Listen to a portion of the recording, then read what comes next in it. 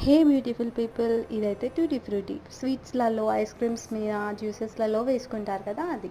ఇదైతే ఎప్పటి నుండి ట్రై చేద్దాం అనుకుంటున్నాను. ఫైనల్లీ ఇప్పుడైతే వీలైంది. దీనికోసం వాటర్ మిలాన్ కింద ఉండే వైట్ పార్ట్ ఉంటుంది కదా, దాన్ని అయితే నీట్గా తీసుకున్నాను. కింద గ్రీన్ది మొత్తం మళ్ళీ రెడ్ కలర్ది మొత్తం తీసేసి అట్లా చిన్న చిన్న ముక్కలుగా చాప్ చేసుకున్నా. ఒక బౌల్లో వాటర్ బాయిల్ చేసి అందులో ఈ పీసెస్ని చిన్న చిన్న ముక్కలు వేసా. ఇంకో బౌల్ తీసుకొని చక్కెర వేసి అందులో వాటర్ వేసి మొత్తం కరిగించేసేయాలి. ఆ తర్వాత ఇందులో ఉన్న పీసెస్ని మొత్తం తీసి ఆ చక్కెర వాటర్లో, పాకం రానవసరం లేదు, ఉత్తి చక్కెర వాటర్, ఆ చక్కెర వాటర్లో వేసేసి కాసేపు అందులో అవి ఉడికినట్టు అయిన తర్వాత చక్కెర అంతా పట్టుకున్నాక తీసి మనకి ఏ ఫుడ్ కలర్ కావాలంటే ఆ ఫుడ్ కలర్ తీసుకోవాలి సపరేట్గా.